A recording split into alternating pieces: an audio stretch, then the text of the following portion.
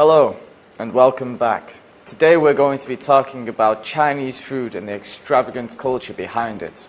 I'm really quite impressed by Chinese food. Josh, do you like Chinese food? Of course I like Chinese food. What's your favorite dish? There's too many to say, but right now, because it's so hot, I think maybe liang mian. But I also like chow mian. Yeah. Also anything with qiezi. I love qiezi. I like qiezi too. Yeah, it's good.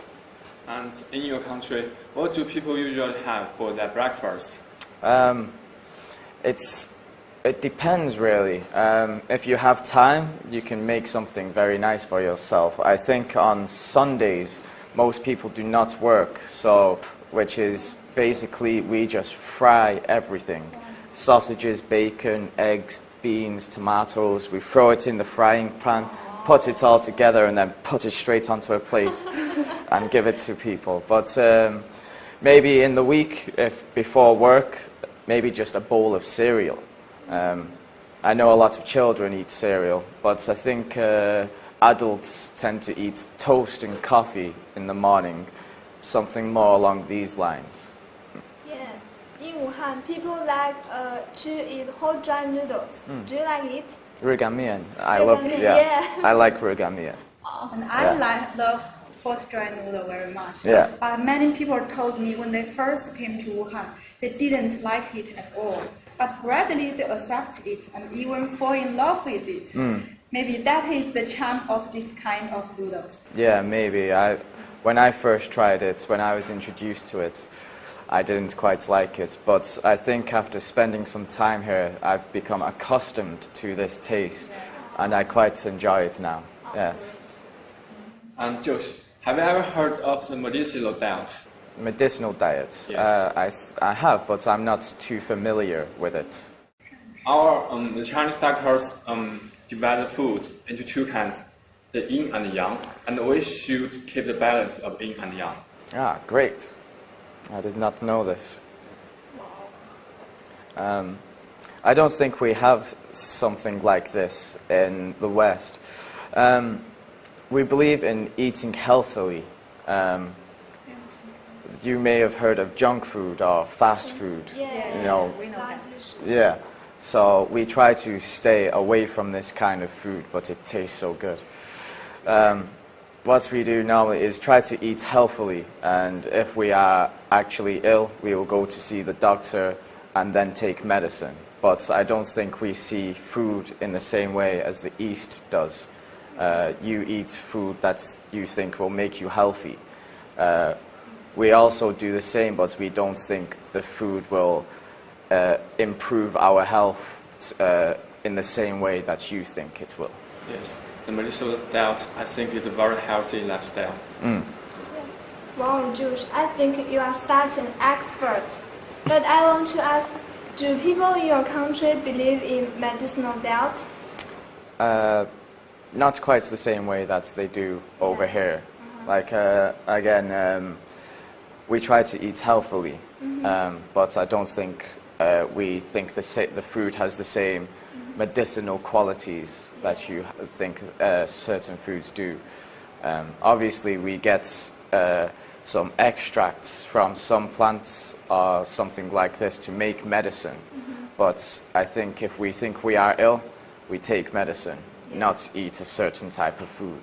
Oh, I get it. How do people cook dishes in your country? Well, that depends. It depends what you want. As you know, there's many different styles of food in England.